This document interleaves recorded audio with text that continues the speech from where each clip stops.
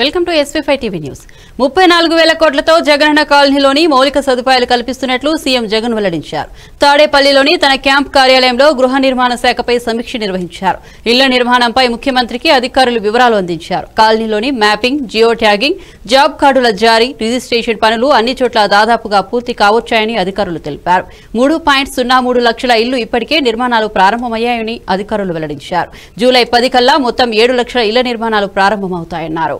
Project అనేది ప్రపంచం దేశం మొత్తం మన వైపు చూస్తుంది. ప్రాజెక్టు అసలు ఇది కంప్లీట్ చేయగలుగుతారా, వీళ్ళు చేయగలుగుతారా అని. It's challenge for the country. What we have done nobody else has done in ever before. Nobody has ever done ever before. Either these things would become the biggest slums or they could actually become the most beautiful areas for a poor man. దాంట్లో జరగాలనంటే slums నుంచి most beautiful areas for the poor man కింద conversion జరగాలనంటే మన సమాచార కర్మను అందరం commit కావాలి. సో 1-2 సార్లు మ్యాగ్నిఫైయింగ్ గ్లాస్ వేసుకోండి, 1-2 సార్లు దాన్ని చెకప్ చేసుకోండి, 1-2 సార్లు ప్రతి విషయంలోనూ ప్లానింగ్ జరగాల. సో అందరు కమిట్ కమ్మని చెప్పి అందరినీ రిక్వెస్ట్ చేస్తా ఉన్నా. ఇది మాత్రం టీడీపీ అధినేత చంద్రబాబు నాయుడు ఆయన కుమారుడు లోకేష్ ప్రతి విషయానికి రాద్ధాంతం చేస్తున్నారని ఏపీ మంత్రి అవంతి శ్రీనివాస్ మండిపడ్డారు. కరోనా నేపథ్యంలో తూర్పు గోదావరిలోని కర్ఫ్యూ ఉండడం వల్లే బోటింగ్ జూలై నుంచి ప్రారంభమవుతుందని ఆయన తెలిపారు. విదేశీ పర్యాటకుల కోసం విదేశీ మద్యం అందుబాటులో ఉంచుతామని, అన్ని రాష్ట్రాల్లోనూ టూరిస్టుల కోసం మద్యం ఉంటుందని చెప్పారు. దీనిని తాము కొత్తగా ఏర్పాటు చేయలేదని, గతంలోనూ ఇది అమల్లో ఉందని తెలిపారు. పర్యాటక రంగ ప్రచారాన్ని రాజకీయాలతో ముడిపెట్టకూడదని అన్నారు. బ్లూబే హోటల్ కింద అభివృద్ధి చేయాలనేది, దానికి కూడా జీవో ఇవ్వటం, టెండర్ కూడా పిలిచి పనులు ప్రారంభించాలని నిర్ణయం తీసుకోవడం జరిగింది. దాంతోపాటు ఈ హోటల్స్ మాకు సుమారు హోటల్స్ కానీ రెస్టారెంట్ కానీ ఈ 38 ఉన్నాయి స్టేట్ వైడ్ 13 జిల్లాల్లో కూడా. ఈ 13 జిల్లాల్లో కూడా మరి కరోనా టైంలో హోటల్స్ అన్ని మూసేసినా కూడా, రెస్టారెంట్స్ అన్ని మూసేసినా కూడా ఈ కోవిడ్ సెంటర్స్ ఎక్కడ ఉన్నాయో ఆ కోవిడ్ సెంటర్స్ ద్వారా మరి గత ఏడాది 58 కోట్ల రూపాయలు ఆర్జించడం జరిగింది లాస్ట్ ఫైనాన్షియల్ ఇయర్లో. ఈ ఇయర్ 28 కోట్ల రూపాయలు కోవిడ్ సెంటర్స్ అందరికీ కూడా ఫుడ్ సప్లై చేసి ఆర్జించడం జరిగింది. దానివల్లే మాకు సుమారు రమేష్ ఎంప్లాయీస్ ఎంత ఉన్నారు, మరి మేము ఎవరు మా డిపార్ట్మెంట్లో కాంట్రాక్ట్ ఎంప్లాయీస్ కానీ, అవుట్ సోర్సింగ్ ఎంప్లాయీస్ కానీ 1138 ఎంప్లాయీస్ ఉన్నారు. మరి ఎవరిని కూడా మేము తొలగించకుండా అందరికి కూడా మరి జీతాలు సకాలంలో చెల్లించడం జరుగుతుంది.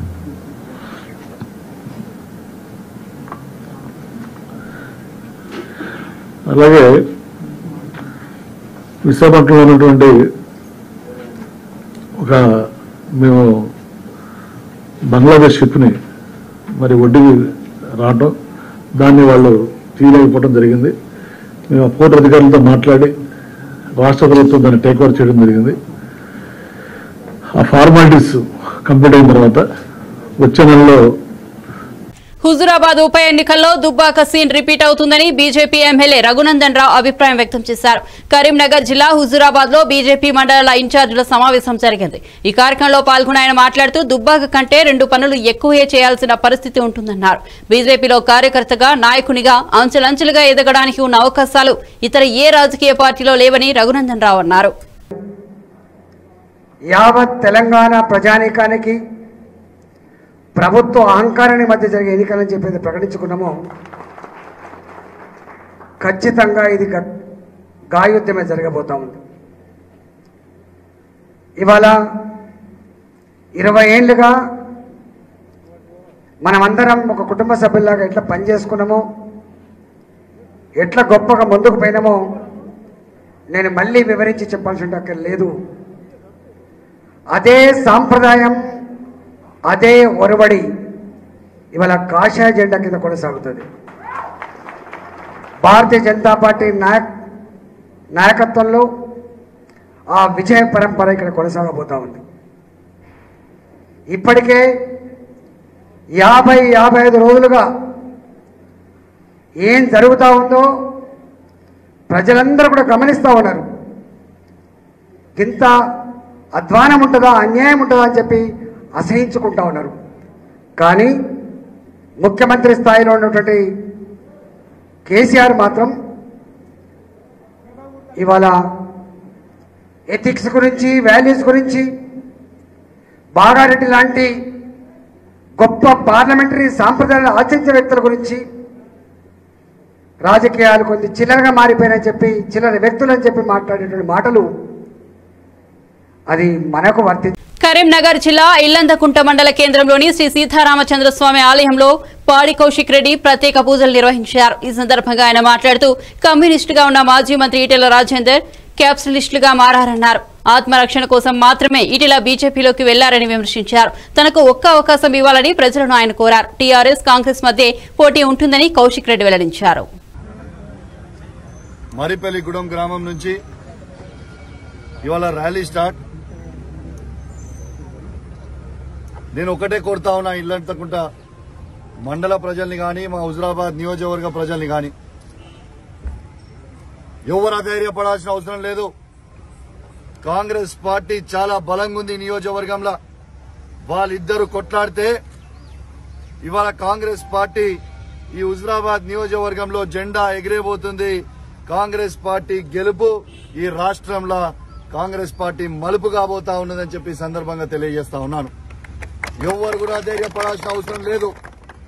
ప్రతి ఊరికొస్తా, ప్రతి ఇంటికొస్తా, ప్రతి గడప తట్టుతా. ఒక్క అవకాశం కౌశిక్ అన్నకి ఇవ్వమని చెప్పి ప్రతి ఇంటి ప్రజల్ని అడుగుతా. ఇవాళ ఈటెల రాజేందర్ గారు గత 17 సంవత్సరాల నుంచి తనే శాసనసభ్యునిగా మరియు 7.5 సంవత్సరాల నుంచి తనే మంత్రిగా ఉన్నాడు. ఇవాళ తను ఏమేం పనులు చేసిండో మీ అందరికీ తెలుసు. ఇవాళ ఈ నియోజకవర్గ ప్రజలు 5 సంవత్సరాలు పరిపాలించమని అవకాశం ఇస్తే ఇవాళ టీఆర్ఎస్ వాళ్ళు కొట్లాడుకొని అవినీతి చేసి దొంగ బయటపడితే రాజీనామా చేసి ఇవాళ నా ఆత్మ గౌరవం అని చెప్పి ఎలక్షన్కి వస్తా ఉన్నాడు. రాజేందర్ అన్న, నేను అడుగుతా ఉన్నా, ఈ నియోజకవర్గంలో డబుల్ బెడ్రూమ్ ఇవ్వలే అని రాజీనామా చేసినవా?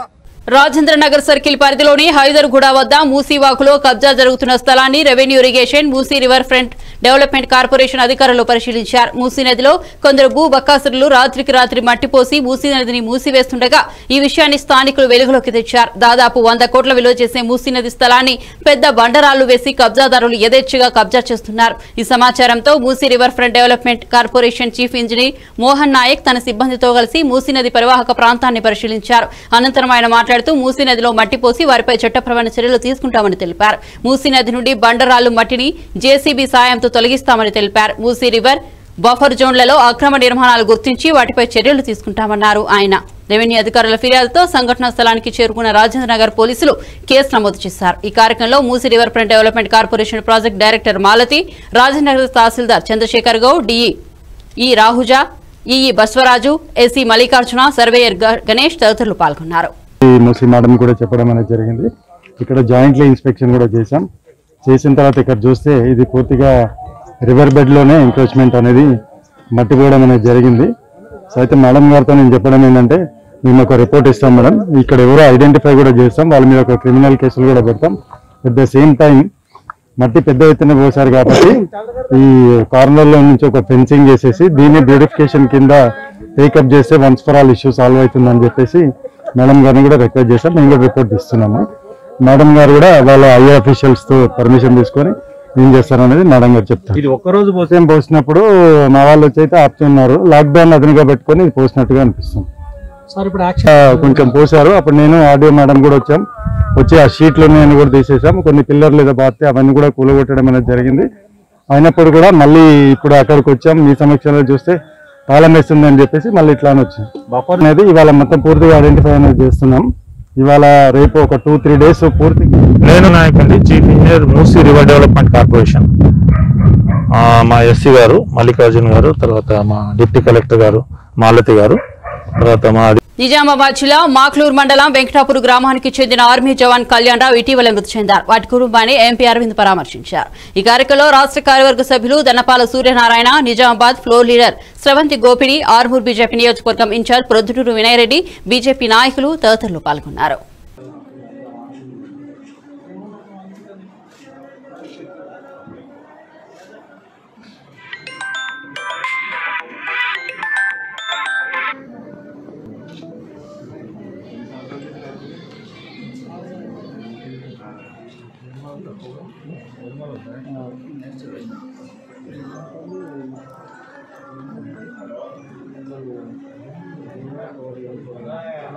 They are again working on the same draft. They are only that's why I just got to know. Maoist party అగ్రనేత హరిభూషణ్ మృతిపై జిల్లా ఎస్పీ సునీల్ దత్ వివరాలు తెలిపారు. హరిభూషణ్ కు కరోనా సోకడంతో చికిత్స పొందుతుండగా గుండెపోటుతో మరణించినట్లు విశ్వసనీయ సమాచారం ఉందని తెలిపారు. ఇంకా మావోయిస్టు పార్టీలో కీలక నేతలుగా ఉన్న పూల దేవేందర్ రెడ్డి, దామోదర్లకు కూడా కరోనా సోకినట్లు వెల్లడించారు. మావోయిస్టు పార్టీలో బెటాలియన్ సభ్యులుగా ఉన్న నందు, సోను, వెంకట్, శారద, అరుణ నడుమ ఇంకా మావోయిస్టు సీసీ మెంబర్స్ తదితరులకు కరోనా సోకినట్లు తెలిపారు. కానీ మావోయిస్టు కేంద్ర కమిటీ మాత్రం తప్పుడు స్టేట్మెంట్లు ఇస్తున్నారని, కరోనా ఎవరికీ రాలేదని తప్పుడు సమాచారం తెలుపుతున్నారని తెలిపారు. 21st due to heart attack which is caused because he was suffering from corona.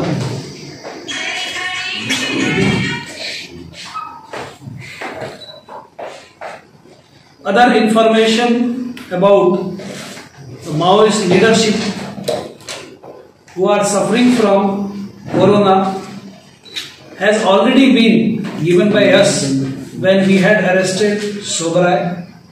ఆ టైంలో కూడా మేము అందరి మావోయిస్ట్ లీడర్షిప్కి, మావోయిస్ట్ పార్టీలో ఎవరైనా కరోనా వ్యాధిలో సంక్రమించుకున్నారా వారికి లిస్ట్ ఇచ్చింది. ఆ లిస్ట్లో హరిభూషణ్ పేరు కూడా ఉంది. In that, in further information, we have got the information that the Kunkati Venkat, Sharada, Mangli, Aruna, Nandu of tech team from battalion, Sonu, company 2 commander of battalion, Iduma, company commander but 1st battalion, Mulla Devendra Reddy, alias Mase, and Damodar, the Anni leaders are suffering from corona. There are other Maoist party members also who are suffering from corona. In this regard, Maoist party leaders, CC members, Abhay, భద్రతా బలగాలను లక్ష్యంగా చేసుకుని ఆంధ్ర, ఒరిస్సా సరిహద్దుల్లో మావోయిస్టులు ఏర్పాటు చేసిన 2 మందు పాత్రలను గాలింపు బలగాలు స్వాధీనం చేసుకున్నాయి. ఏఓబి మల్కాజ్గిరి ఒడంగో పోలీస్ స్టేషన్ పరిధిలోని జాజుపాలెం, కెందుగూడ వద్ద నిర్మాణం జరుగుతున్న రహదారిలో ఏర్పాటు చేసిన 2 టిఫిన్ ఐడిఈడీలను బీఎస్ఎఫ్, ఒడిశా పోలీసులు సంయుక్తంగా స్వాధీనం చేసుకున్నారు. ఇటీవల గాలింపులకు వస్తున్న ఆంధ్ర, ఒడిశా బలగాలను తుదముట్టించడానికి నిర్మాణంలో ఉన్న రహదారి మావోయిస్టులు ఎంచుకుని 2 పాత్రలను ఏర్పాటు చేసినట్లు సమాచారం. వెంటనే బాంబు నిర్వీర్య బృందాలను పిలిపించి మందు పాత్రలను తొలగించారు. ఒక్కొక్క మందు పాత్ర 2.5 బరువు ఉందని పోలీసు వర్గాలు తెలిపాయి.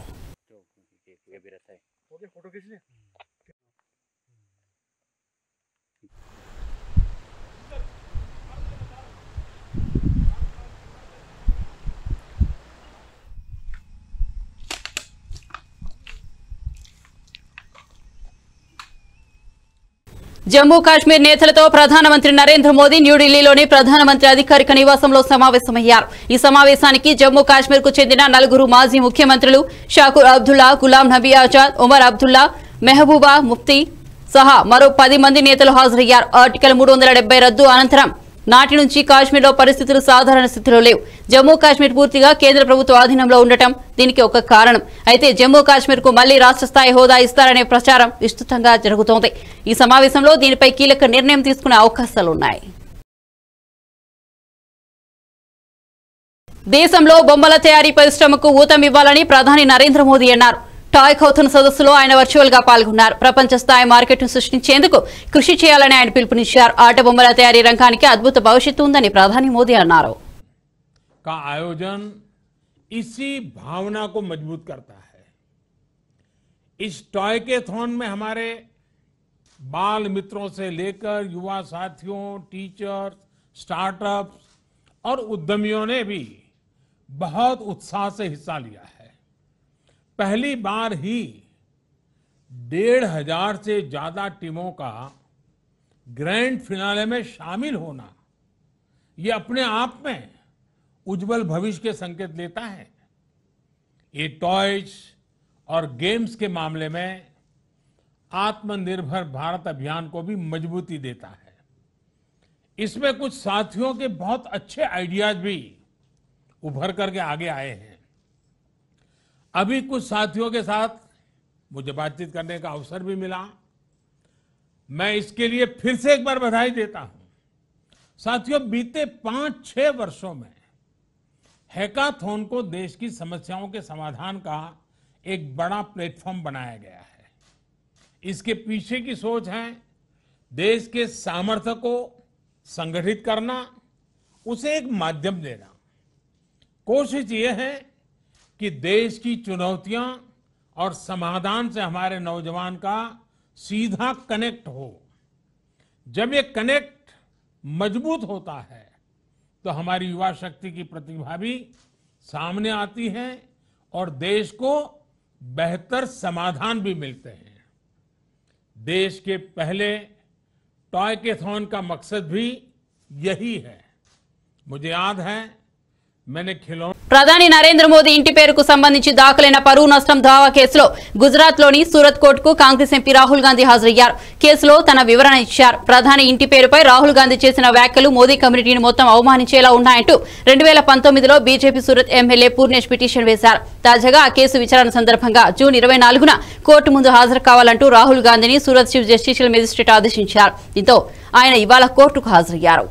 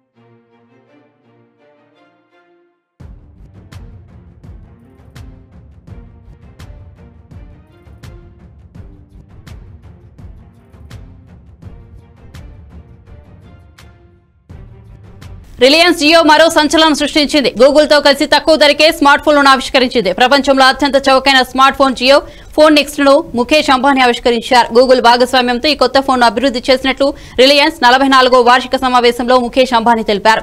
ప్రపంచ అత్యంత చౌకైన smart phone Jio phone next ను సెప్టెంబర్ 10 గణేష్ చతుర్థి రోజున మార్కెట్లోకి తీసుకుని రానున్నట్లు సంస్థ వెల్లడించింది. Co-developing a next-generation feature-rich but extremely affordable smartphone aimed at providing first-time internet access for 2G users. Today, I am pleased to announce that Google and Jio teams have jointly developed a truly breakthrough smartphone that we are calling JioPhone Next. JioPhone Next is a fully featured smartphone supporting the entire suite of applications from both Google and Jio, and as well as the Android Play Store, through which users will have access to the entire universe of Android apps. JioPhone Next is powered by an extremely optimized version of the Android operating system that has been jointly developed by Jio and Google, specially for the Indian market. While being ultra affordable, JioPhone Next is packed with cutting-edge features like voice assistant, automatic read aloud of screen text, language translation, smart camera with augmented reality filters, and much more. This is a testimony to a global technology giant and a national technology champion working together to make truly a breakthrough product that can be first introduced in India and then taken to the rest of the world. Jio4 Next will be available in the market. నవీ ముంబైలో Jio institute స్థాపిస్తున్నట్లు వెల్లడించారు Reliance foundation వ్యవస్థాపకురాలు chairperson Nita Ambani. Reliance industries limited 44వ వార్షిక సర్వసభ్య సమావేశం నిర్వహించారు. Corona మహమ్మారి విజృంభిస్తున్నటువంటి ఈ విద్యా సంవత్సరం నుంచి జియో ఇన్స్టిట్యూట్ కార్యకలాపాలు ప్రారంభమవుతాయని ఆమె తెలిపారు. జీవితకాల శిక్షణ, అత్యున్నత ఆవిష్కరణలకు జియో ఇన్స్టిట్యూట్ ఓ ప్రపంచ స్థాయి వేదికగా నిలుస్తుందని నీతా అంబానీ అభివర్ణించారు. కోవిడ్ తో పోరాడడానికి తమ రిలయన్స్ ఫౌండేషన్ 5 కార్యాచరణలు ప్రారంభించిందని నీతా అంబానీ వెల్లడించారు. At a stretch, wearing full PPE kits, but never complained. They have compromised their own health and gone way beyond their call of duty. Dr. Tarang, Dr. Darshana, Dr. Vivek, Sister Aneta, Sister Agnes, Sister Kusum, Brothers Chandrasekhar and Omkar, Managers Akansha and Kumkum, Shivam, Vikas, Trinet, Mayank, Mayuri, and countless others. They became like friends and families for patients in COVID wards, caring for them, cheering for them, sometimes singing and dancing for them. Their bravery, their selflessness, and their large-heartedness is a tribute to humanity in its purest form. As a community, we owe each and every frontline warrior a huge debt. With folded hands, I salute their spirit of care and sacrifice. A big thank you on behalf of all of us. A heartfelt dhanyavad.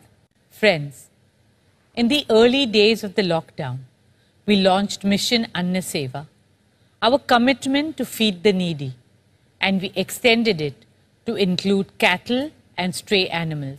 తెలంగాణలోని మారుమూల పల్లెకు చెందిన ఓ యువతి పాట మంత్రి కేటీఆర్ ను ఆకట్టుకుంది. సంగీత దర్శకులు దేవిశ్రీ ప్రసాద్, ఎస్ఎస్ తమన్లు ఆమె పాటకు ముగ్ధులయ్యారు. మెదక్ జిల్లా నారంగి గ్రామానికి చెందిన శ్రావణి పాడిన జానపద గేయం వారందరినీ కట్టిపడేసింది. మీరు చూసి ఎంజాయ్ చేయండి.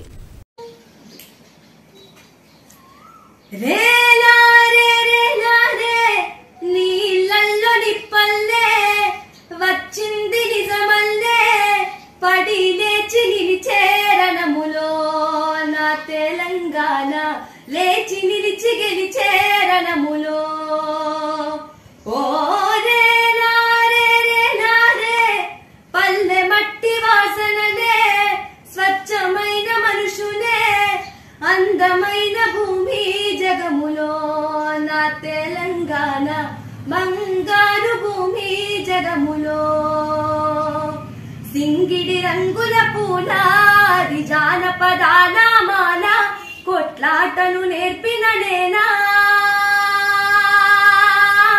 ఓ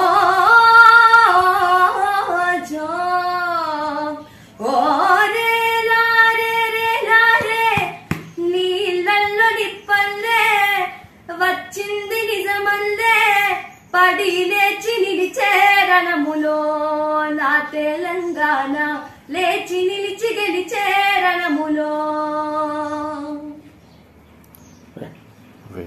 ఇవి బులెటిన్ అప్డేట్స్ చూస్తూనే ఉండండి SV5 TV న్యూస్.